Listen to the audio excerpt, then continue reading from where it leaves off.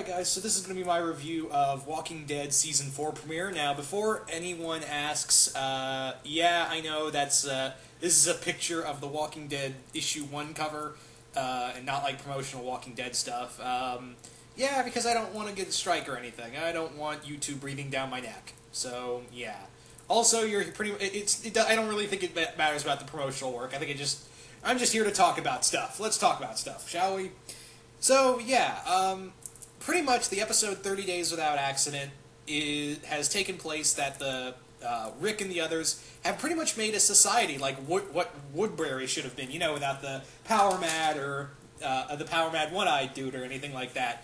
There's now a council. Rick is a lot more normal, but you get the sense that he has a death wish. You get the sense that he wants to kill himself or something else because him and Herschel have a conversation. They said the council decided that whenever you go out in the forest, you're going to take your gun with you. And he tries to play it off, and he's like, oh, no, you bring your gun with you. So that was interesting that Rick still is fighting some demons. I find that kind of interesting that even though he has Carl and Judith, he's still kind of nuts, which is understandable and everything else. We also have that now that a lot of the people from Woodbury have come to live here. And, yeah, it's kind of interesting. They now have food. They now have plants, they have actual hogs that they raise. I'm guessing Daryl found them. And it's pretty interesting because now the likes of Daryl and Michonne go out and find food or any other survivors, and it pretty much takes place like a normal episode. I'm guessing, because they said 30 Days Without Accident, but I get the sense that it's been more than a month. I feel like it's been like maybe 3 months at best, because plants don't really grow that long. I'm not a farmer or anything, and someone can correct me, pretty much. They can correct me if they want, but plants don't grow that high in a month, do they? I don't know.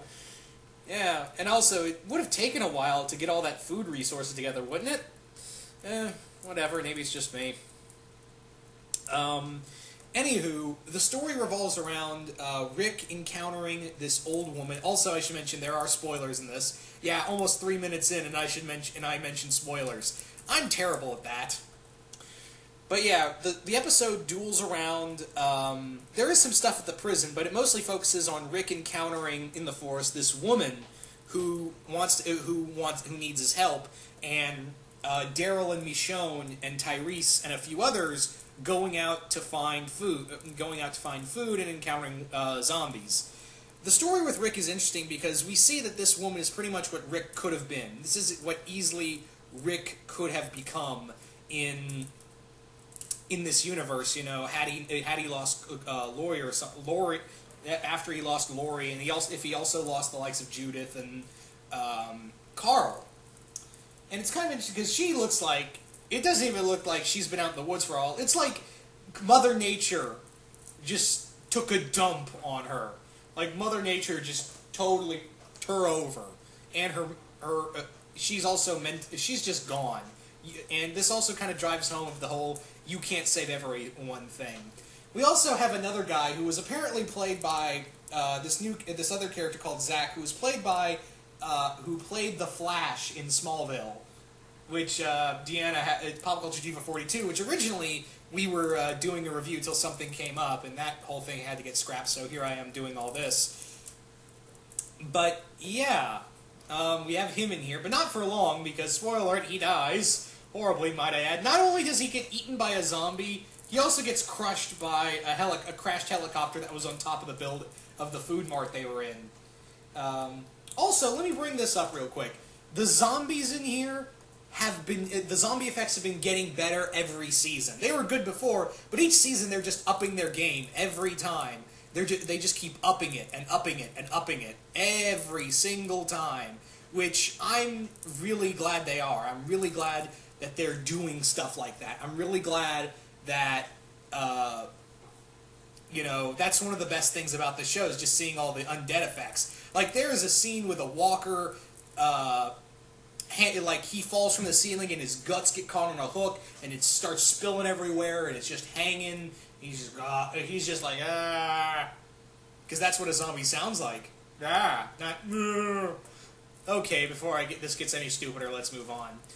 Also, I find funny that back at the... but we also see how jaded this world is. Let me bring that up real quick. We see how jaded this world has become, because we have some kids making fun, playing with the zombies and naming them, and you know, playing with the, you know, playing from the zombies from the gate. It's pretty much like, oh, hey, Nick, and all that, and they're just, and it's just like a normal thing to them. And then Carol, who's finally getting a bigger role in here, I think she's been growing as a character for a while. She starts during story time. She starts teaching these little kids how to use knives, and it's pretty much, this is what the world is now. It's pretty much that you're gonna have to live in this society of undead. That's pretty much the closest. It's kind of the most realistic way a community could ever thrive in a world that is like this. In this land of confusion, you might say. Dun dun dun dun dun. Sorry, I was listening to that Phil Collins song today, and I was just like, I'm going to make a reference in in one of my videos today. And here we are. Yeah, that's sad, I know. But we pretty much also get this... again, this is the world we live in, and Carl thinks it has pretty much been like, I don't want to grow up in this world. And not because, like, he wants to have... Rick is trying to have him to have a normal life after the events of Season 3. But what has happened is that he's kind of feels like he's out of place. He's the outcast of them. Because he feels he's had to grow up the most. And again, that's normal, because Rick even told him, you know, your days of childhood are gone in this new world. It's kind of weird that Rick is now telling him to have a normal life now, after telling him for so long, you know, you're no longer a child anymore. You're not, you know, you don't get those pleasures anymore. It's kind of weird for that now. But, yeah, again, I'm not saying this wasn't bad or anything. I didn't really find anything wrong, but the only thing I could complain about is that it felt like a normal episode. It felt like a normal episode. It didn't have like a great intro until it didn't have like a great opening or whatever until we got to the end, which I'll get about in a bit. But let me talk about the other characters. We've got Tyrese, who's now in a relationship with a new girl. And that's the other thing. We've got all these new characters that have just shown up, and we're kind of expecting to know them. It's kind of like when DC Comics did this thing called 1 Year Later, where it's supposed to take place 1 year after this huge event, and we're introduced, and especially it was for Jeff Johns' Teen Titans, where it had the most. It was like all these other characters that we're supposed to be like, oh, we totally know these characters. That's what it feels like in here. That's the only complaint I really have with this. We get a lot of other characters. Also, the guy who's friends with Carl, the kid named Patrick. Yeah, for those who know this show, that's the guy who plays Phineas from Phineas and Ferb. I'm not joking. That's Phineas. Hey Phineas, I know what we're gonna do today. We're gonna be in the zombie apocalypse. Yeah, just let that sink in for a second. Just let that sink in. That's all I'm gonna say, is just let that whole image sink into your brain. Yeah.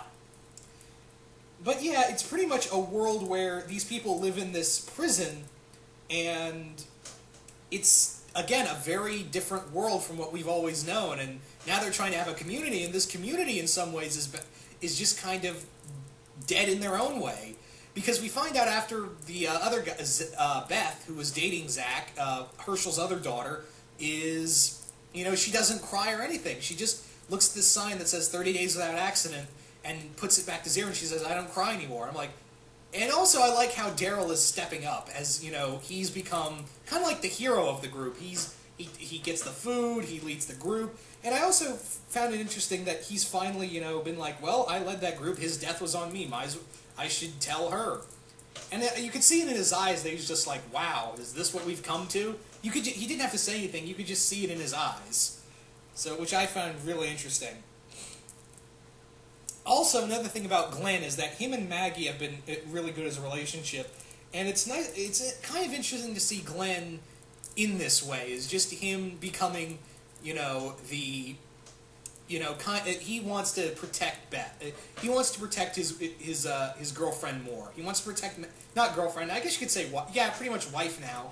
He wants to protect Maggie more. And he used to be the fun guy, but now everything's depressing. And Zack had potential to be the fun guy, you know, the guy who could lighten everyone's spirits. But no, eaten by a zombie and crushed by a helicopter. That's the way to go out. Fun has to die in the Walking Dead universe. Yeah. Anyway, but anyway, let's move on to... There are a few other things, like Michonne, who's apparently still looking for the governor. You get the sense... They don't say it outright, but she's looking for the governor, and she has a close friendship with Carl. And, yeah, let's talk about the end real quick. The end of this was interesting, because we find out that Patrick, the guy who plays Phineas in Phineas and Ferb, who does the voice of him, he starts feeling sick and starts leaving. We also have this scene of Rick looking at this zombie with his eyes all bleeding out. And then I'm like, oh, that's a cool effect. That's a cool design. And then they go back to him. And I'm like, oh, that's a meaning, isn't it? And then we cut to the end of the episode where Patrick is trying to bathe and he feels sick. He collapses dead. And he opens up his eyes as a walker. They also mentions the thing with the pig, that it's dying. They don't know what's wrong with it. And even the plants are starting to feel sick. So... yeah, as we all know, everyone's infected. Everyone in the world is infected, and when you die, you come back as a walker. Even if you don't get bit, you die, come back as a walker, unless you're decapitated and all that stuff. But, however, it looks like the disease has evolved, which is pretty much the logical thing, because a disease evolves. When it's hit a certain rate, or it's gone a certain course, it will evolve into something else. Because you have to remember, a disease or a virus is a living thing. It thrives, and it needs to thrive by evolving. So it looks like it's infecting and turning people into the dead, rather than people just dying. It's killing them off. I guess it's evolved to that point. So now the human race is even fucked harder than before. So, yeah. I'm interested to see where they're going to go with this. But yeah, I'm really liking where this season's going. I really liked it. Again, there was very little to complain about. I mean, yeah, it didn't have this big magnum opus type deal in the intro, but you know what? I can forgive that. I can totally forgive something like that happening, more or less. But yeah, I really want to see where this season goes, because they really have been building up season 4 as like nothing is safe. You know, there will be a body count in here, and the prison, which has been the main point for this series, looks like it's going to be destroyed from the inside out. Not physically. Like, literally, but who knows, maybe it literally will be destroyed. We also have the governor still out there, and I'm wondering what his role is going to be, because now he's all by himself, technically speaking. He's got a few guys left, but for the most part, he's alone. He's got a few, like I said, he's got a few guys left, but he's still alone, regardless. So I'm wondering what his role is going to be, because now he has no resources, he has no people behind him, but he's still dangerous. And he's batshit crazy, so there's another thing to look out for. But all in all, guys, really enjoyed this opening. You guys tell me what you thought of it. Did you like it? Did you hate it? What are you guys expecting from Season 4? Alright, guys. Hope you guys enjoyed this. I'm out.